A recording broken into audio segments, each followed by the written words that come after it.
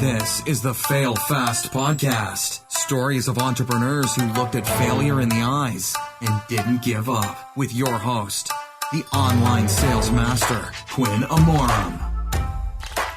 Welcome back to the show, my friends. Today, we have with us Mark Achler. He's the managing director at Math Venture Partners and the co-author of Exit Right. Mark was also an early employee at Apple, and he was the head of innovation at RedBox. Mark, how's it going today? Hey, Quinn. It's good. You know, I'm here in Chicago. The sun is shining. Life is good. I'm excited for this conversation. Well, thanks for being here, and I'm excited to have you here.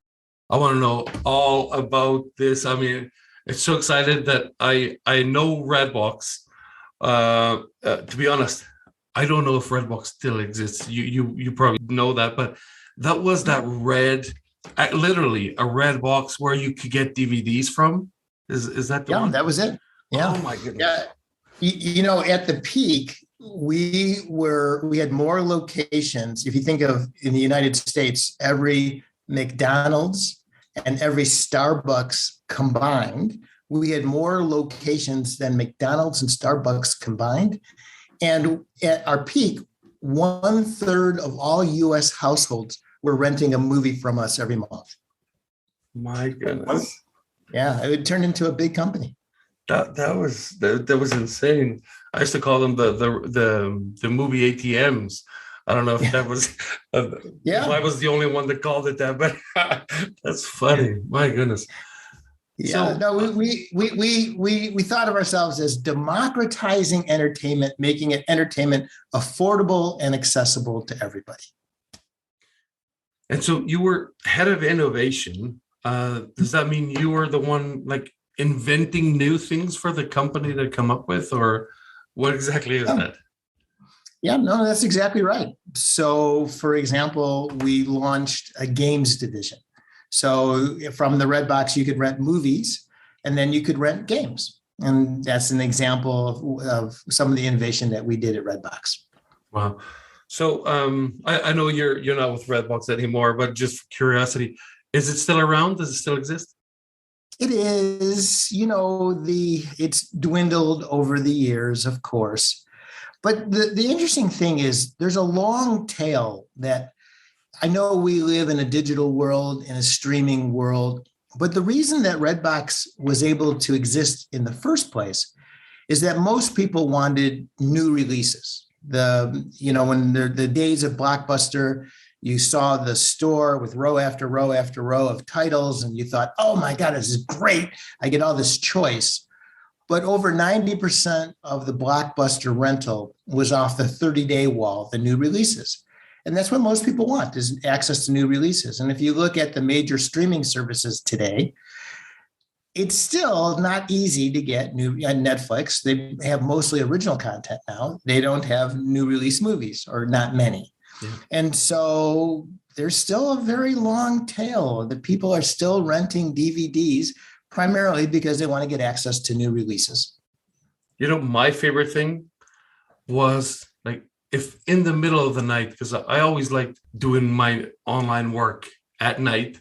So if I wanted to watch something back then, I could go at any time and get one. Right.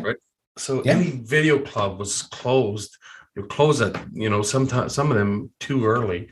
That was like amazing for me. Yeah, indeed. So, but I'd love to tell you, so since I left RedBox almost 10 years ago, and, since I've been a partner in a venture capital fund, and one of the things that gives me great joy is helping and coaching entrepreneurs through their entrepreneurial journey. So I'm guessing that has something to do with how you were the head of innovation. So the guy that tries to foresee the future, I guess. Can you see that in new companies? And is that, I don't know for sure, but is that your guess in this new venture partners, is trying to foresee who has captured the idea of what's going to be big?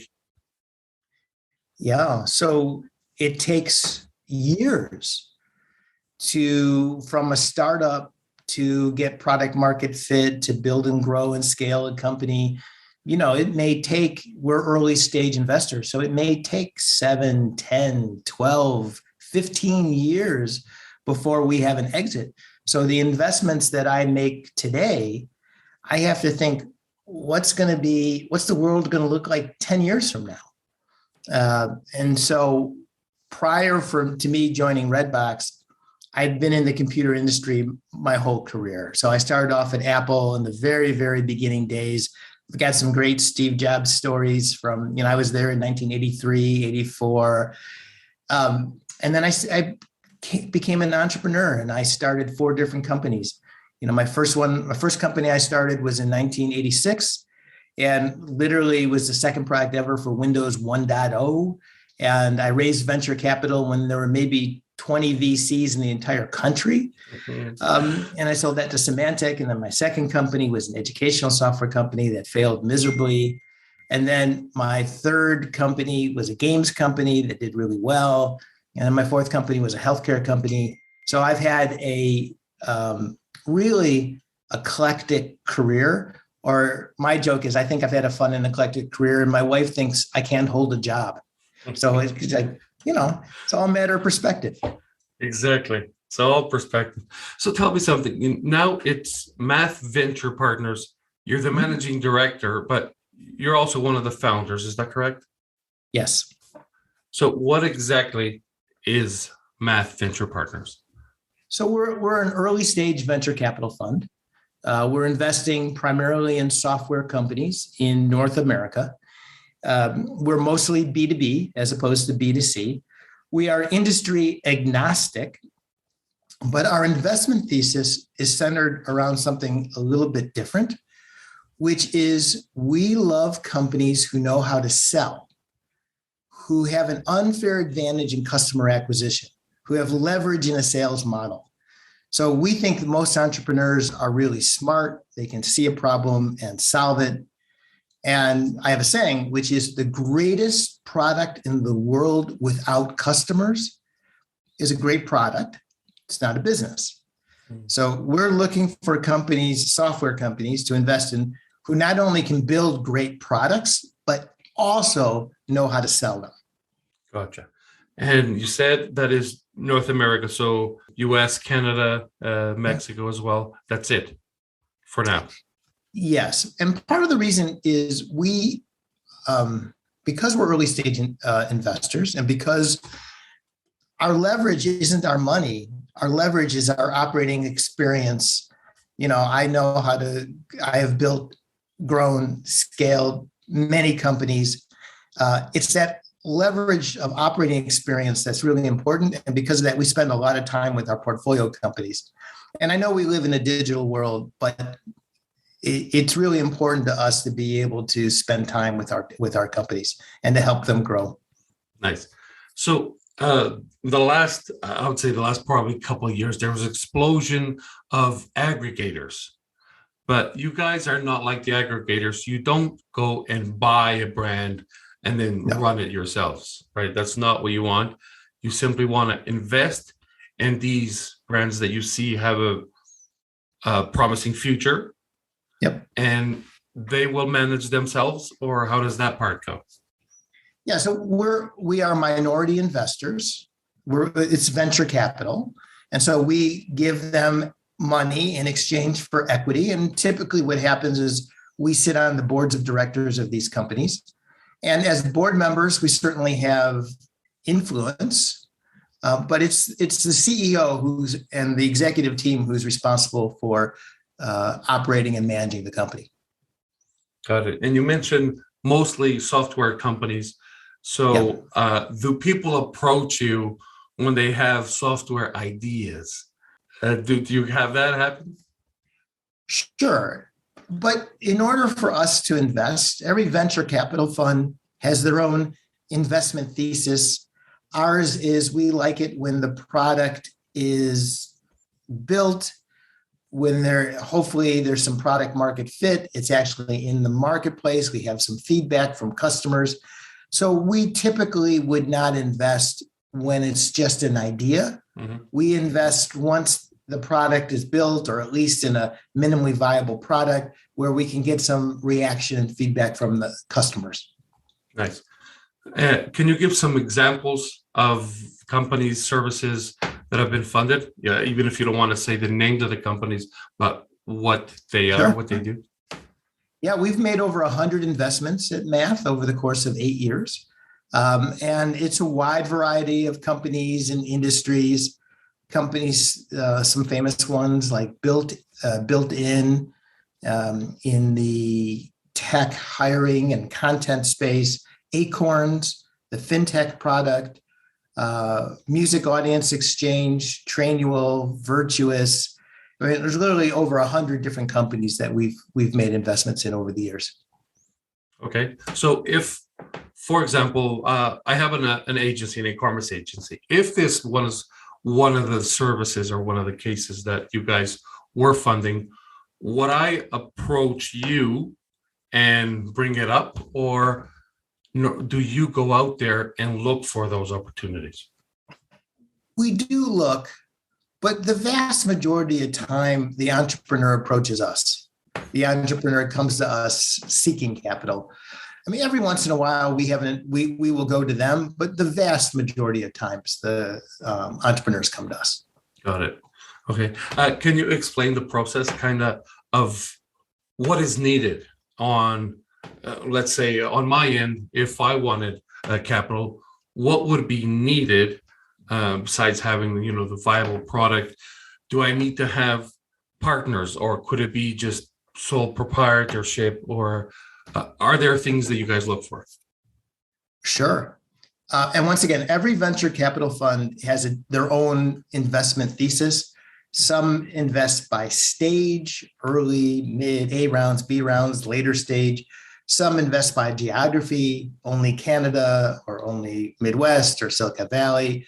Some invest by industry segment, like ad tech or fintech or agriculture. And you have to know the investment thesis of the venture fund that you're approaching to see if it's appropriate. So at our venture capital fund, we wrote a 6-page document called the Founders Checklist.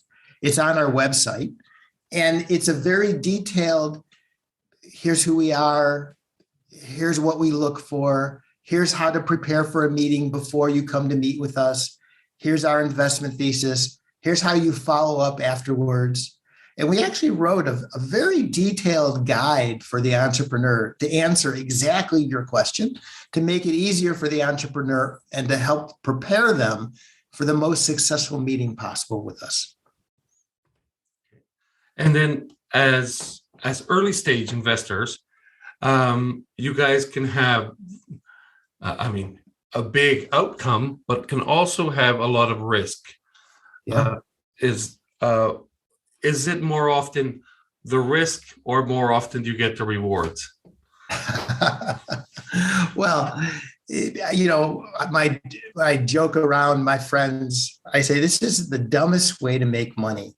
Mm-hmm. That we're investing in very early companies that are incredibly risky, where there's a high failure rate and there's no liquidity. So once we make an investment, it could take 10, 12 years before there's an exit. And so you have high risk, no liquidity. And it's really, really hard building and growing and scaling businesses. And there's always problems and issues. There are easier ways to make money, but I love it. This is something we're really passionate about, and I think good at. And one of the things that makes us a little bit unusual, because we have such a high focus on sales and customer acquisition, and because we're operators, and I believe in fundamentals and really, building real businesses with real customers and real operating fundamentals, we have a much higher success rate than industry average. So I don't know. I don't. We'll see. At the end of the day, the only thing that matters is writing checks back to LPs. So, there's still a long road ahead, but but we really do have a focus on the operating fundamentals. Got it.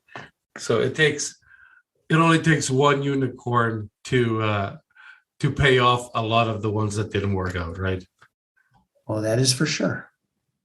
There you go. That is the industry sort of norm.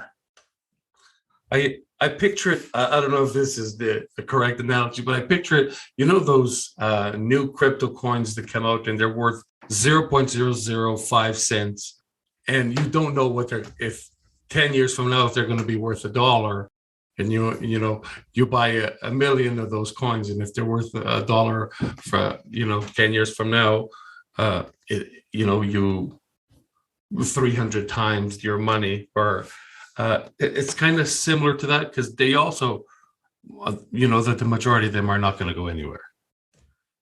Well, maybe. I actually think, this could be hubris speaking, but I believe that we're in the pattern recognition business, and we know how to identify good entrepreneurs, good operators.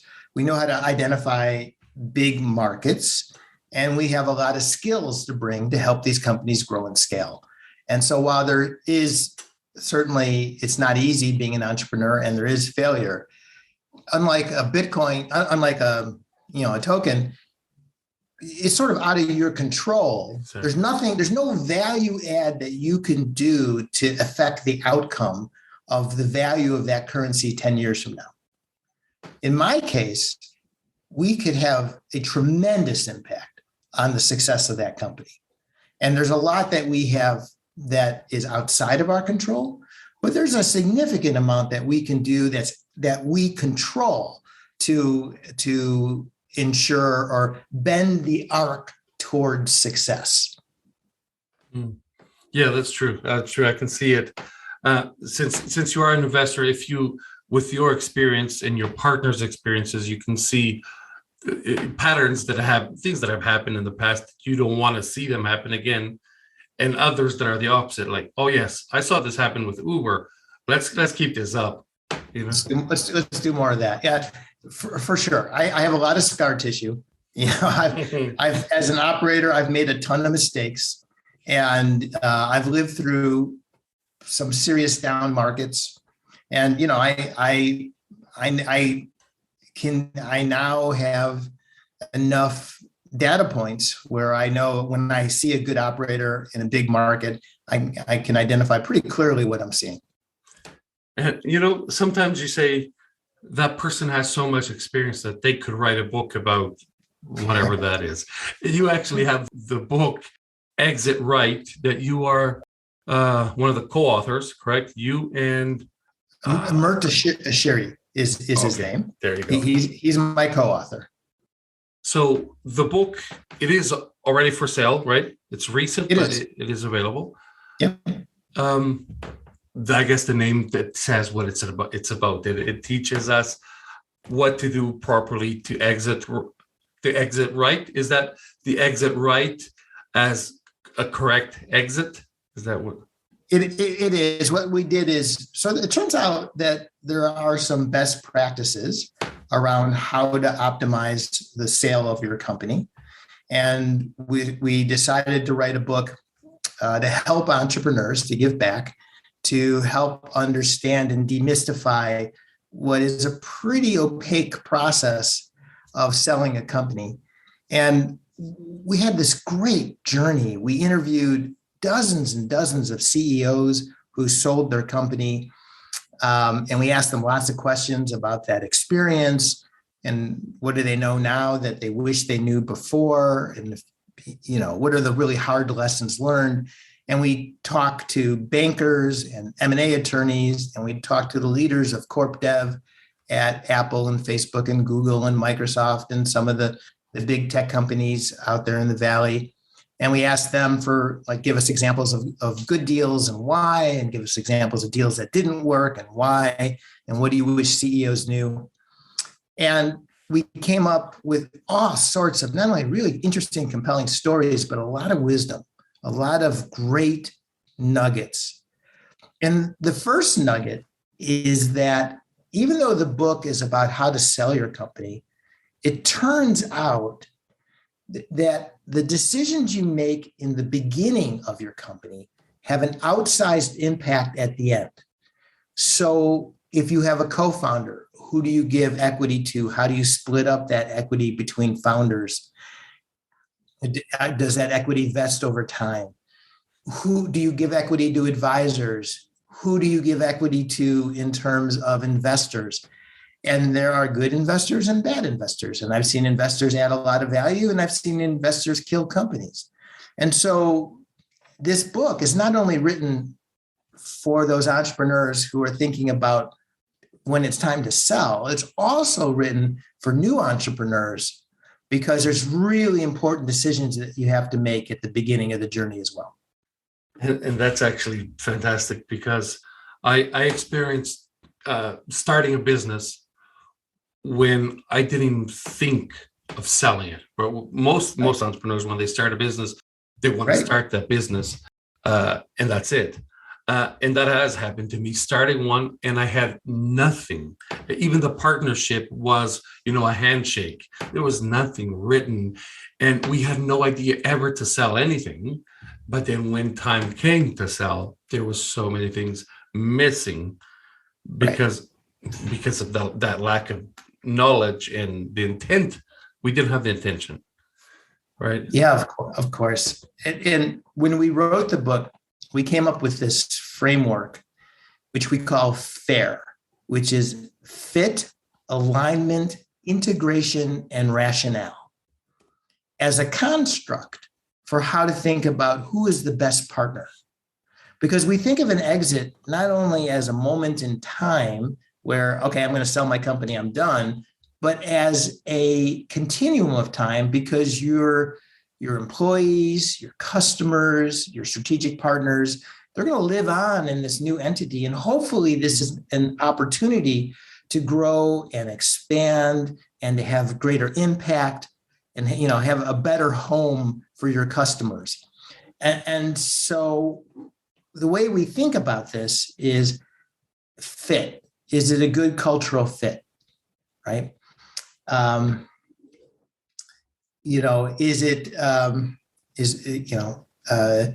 Integration? Is there an integration plan for how you're going to integrate into the new company? Rationale? Is there, is the reason for doing this is 1 + 1 = 10? Is there a rationale that's so simple that your grandmother could understand it, right? So that's how we think about it.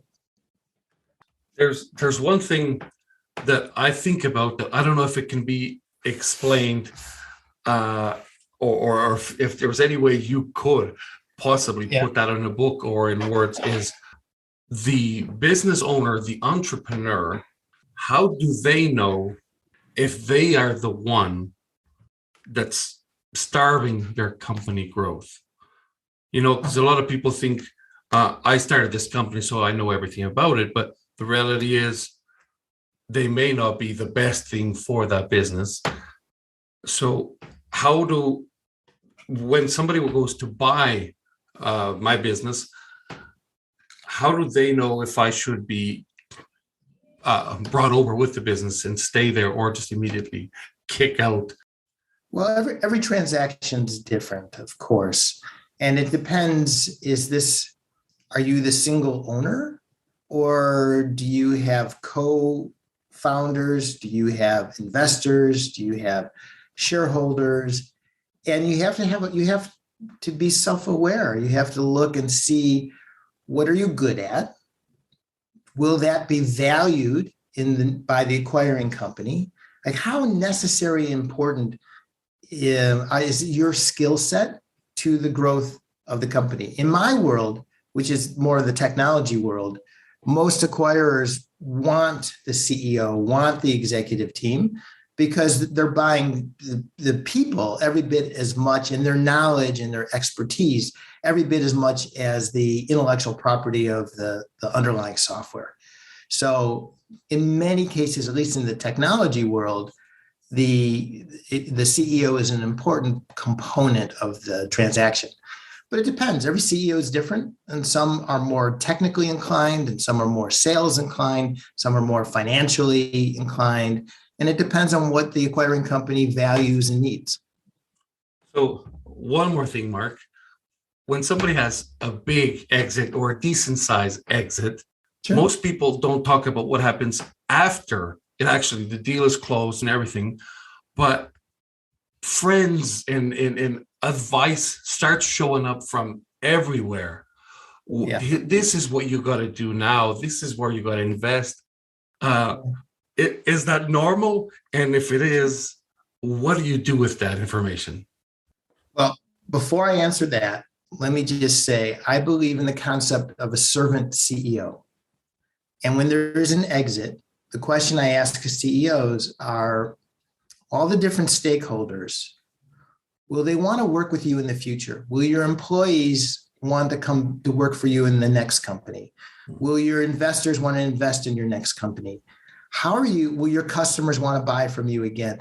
How are you taking care of people?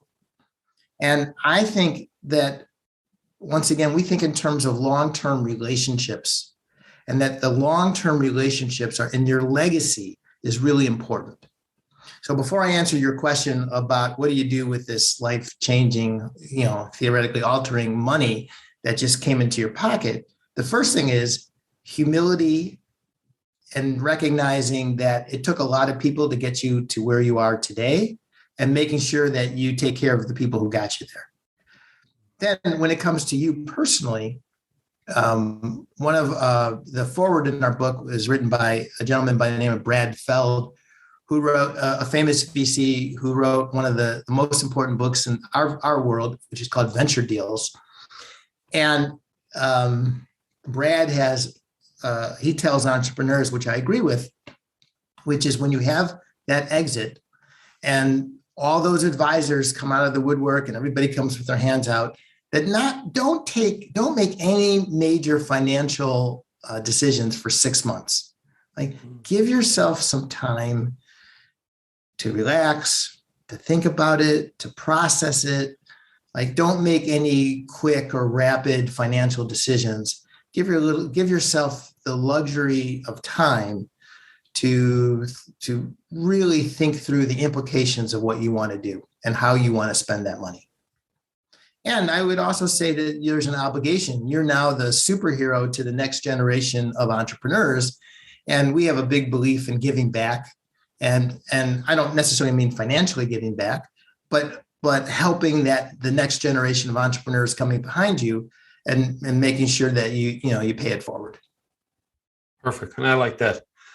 Paying it forward. And like you said, even if it's not financial, but helping out those who want to start out. And since the thing is, a lot of people listening may think, I don't have the experience to teach somebody else. But if, for example, there are things that I know I don't know, but are others that, like I said earlier, I did some things wrong when I started my early business.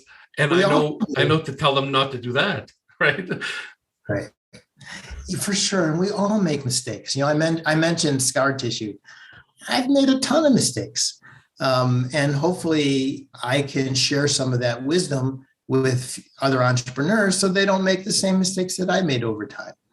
And, there's lots of ways that you can give back and mentor and coach. And if it was a large enough of an outcome, maybe even invest in the next generation of entrepreneurs. But it's really important, in my opinion, to help others. Mark, when you started out, where were you getting your advice from? Because I know when I started out, YouTube didn't even exist yet. So I couldn't just go search something. I couldn't go Google it. So where were you getting your information from?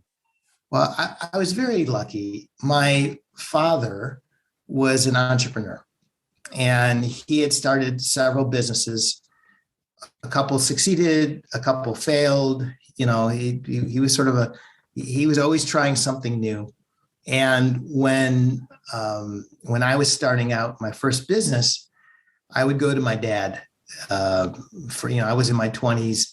I'd go to my dad when I needed help or coaching or advice. And I'm kind of chuckling because I also had this conflicting, I wanted to do it myself. Like I wanted to stand on my own. And so I did go to my dad, but I also kind of pushed back a little bit too. Yeah, I know the feeling. You wanted to be able to show him the finished results, Right. not along the way, like the small steps, right? Yeah, it's you were very fortunate to have somebody in business that you could talk to directly like that. Yeah, I was very lucky. I had a couple of mentors, my dad being one of them, and I started my first business in 1986, and especially in technology, there weren't that many technology entrepreneurs. I was kind of a freak, When I said to my friends I was going to be an entrepreneur, they all looked at me like I was crazy.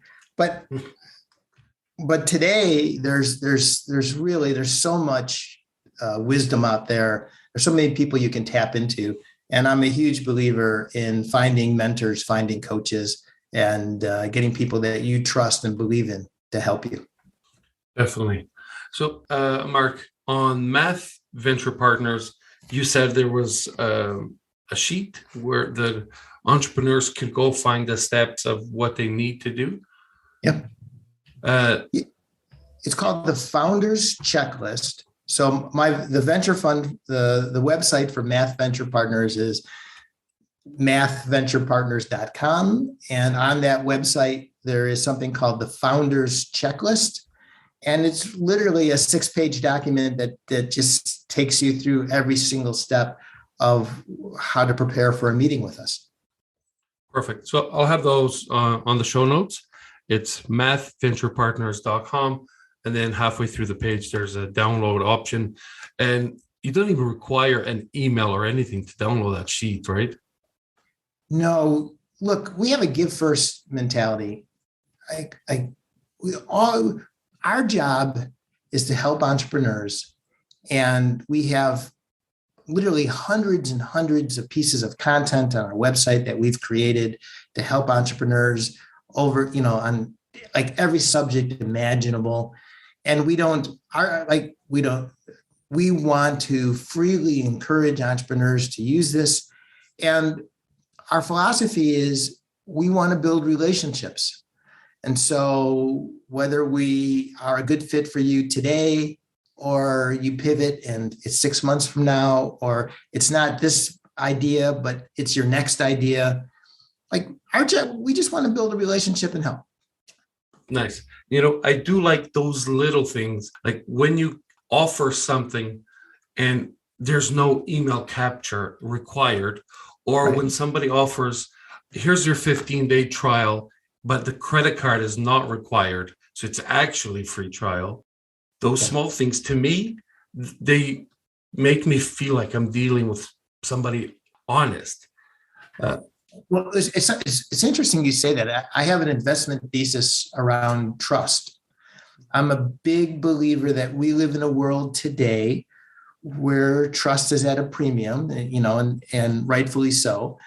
And those companies who really understand and value the importance of trust between themselves and their customers or end users or employees or partners will outperform over time.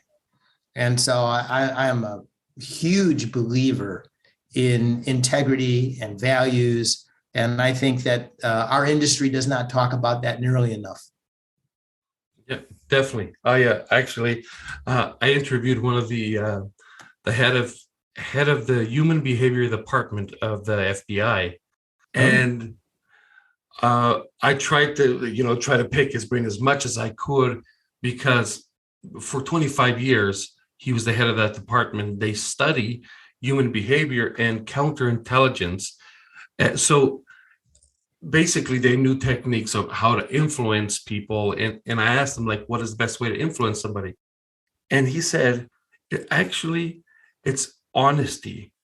If you gain somebody's trust, that is the way to make them do things, is because you are being trustworthy to them. And if you break that trust, your relationship may be done for good. That's it. I agree. I actually, it's funny you should say that. I gave a talk a year ago called The Inevitable Economics of Trust. And basically making that same thesis. Fantastic. So Mark, Math Venture Partners is where people can know more about Math Venture Partners. Oh, sorry, I'm mathventurepartners.com is what I meant. Yeah. Is that where they can, is there a contact form if they want to reach out to you or reach out to anybody in your team? Or is there any other link they should go to? Sure. So there is a contact form on the website, but to reach me, it's just mark@mathventurepartners.com, MARK@mathventurepartners.com, or connect with me on LinkedIn. I'm always happy to talk with people, and please feel free to reach out. Awesome. And as for your book, you can find it on Amazon. And if I'm correct, exitrightbook.com. Is that it? That is correct as well. Exitrightbook.com or Amazon. And my joke is, if you're having trouble falling asleep at night, read a couple pages of the book, it'll help. But I've been so grateful. The book has really resonated with a lot of entrepreneurs, with a lot of people. And it's really fun for me to go speak to entrepreneurs when they've read the book and something in the book help get them through a particular transaction, or through, we have a concept like an annual exit talk, talking with your board, talking with your partners. What does it mean? When are we ready? And, I just get such a thrill out of when it makes a difference. Mark, it's fantastic that ripple effect of somebody that you help, that most of the times you don't even know that, because people don't come forward all the time and tell you. Right. But sometimes you help somebody that you will never in your life know that you did. And you may change somebody's life with those small ripple effects from your book, from anything else you do. Man, that's fantastic. Yeah, it's sweet. It's really joyful. Every now and then, it doesn't happen often, like I said, but every now and then somebody contacts me through the podcast and they mention how I helped them with something, or somebody I had on the show helped them with something. Right. And the feeling, even though it's a message or a Facebook message or a DM or whatever, it feels so good knowing that actually somebody was listening, and and it did help them. But it's amazing. So. Yeah, but by the way, that's also a good point. I always try, I do this. So I'm an adjunct professor at Northwestern University in their Kellogg School of Business. And one of the things I do in my class, the very first day of class, is I ask my students to take their cell phone out and to text a compliment, an earned compliment, to a coworker. And I get this strange look, and they do it. And what comes back from the text is, "Dude, are you okay?" Yeah. Like just such profound thank you. And the reason I'm saying that is one of the things that holds human beings together, every single human being on the planet, is all of us love to receive compliments, but earned, not fake, not phony, but an earned compliment. And it turns out we're pretty bad at giving it. And so, to your point about how that made you feel when somebody gave you that earned compliment, I think all of us, it's a good reminder that while we all like to receive it, we're not particularly good at giving compliments. And when somebody goes out of their way that does something that's extra special, you should always take that extra second and just acknowledge it in an authentic, real way. And you know what? I don't do it enough either. So maybe it's a lesson for all of us here. Shoot that text out to somebody right now that actually helped you do something, and acknowledge it. And I'm going to do the same too. Thanks for that, Mark. That's fantastic advice. Oh, you're welcome. You know how I learned that? I was at RedBox and I became the interim head of marketing and chief marketing officer.